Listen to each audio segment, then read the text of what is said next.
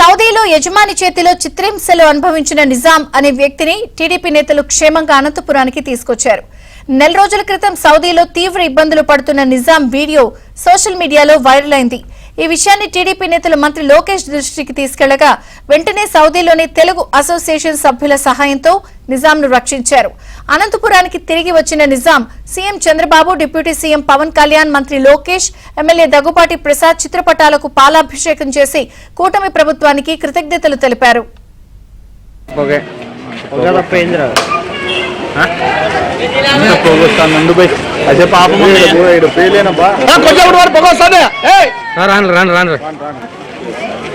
నా పేరు Nizam.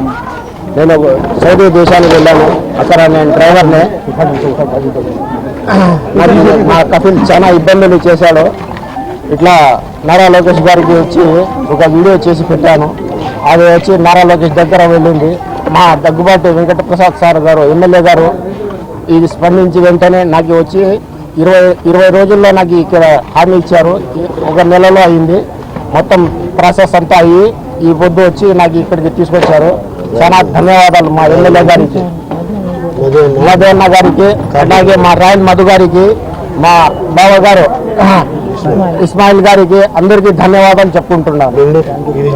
CM sir చాలా ఇబ్బంది పెట్టి ఆయనకి తినడానికి తిండి లేక, ఉండడానికి స్థలము లేక చాలా ఇబ్బంది పెట్టాడు. ఆయన బయటికి గెంటేశారు. మీకు ఎట్లా తిరిగి మీకు నెలలోగా వాళ్ళని పిలుచుకొని వస్తారు. మీ ఆయనకి మీరేం టెన్షన్ పడద్దండి అమ్మా, మేము ఉంటాము అని చెప్పినారు. చెప్పిన మాట ప్రకారమే ఆయన మాట నిలబెట్టుకున్నారు. నారా లోకేష్ గారికి, మన ఎమ్మెల్యే గారికి, మా అన్న మధు అన్న గారికి, మా ఇస్మాయిల్ అన్న గారికి, ప్రతి ఒక్కరికి పేరు పేరున ధన్యవాదాలు. ఈ రోజు మా ఆయన ఇక్కడికి వచ్చినారంటే వీళ్ళంతా కారణమే. ప్రతి ఒక్కరికి ధన్యవాదాలు. జై తెలుగుదేశం.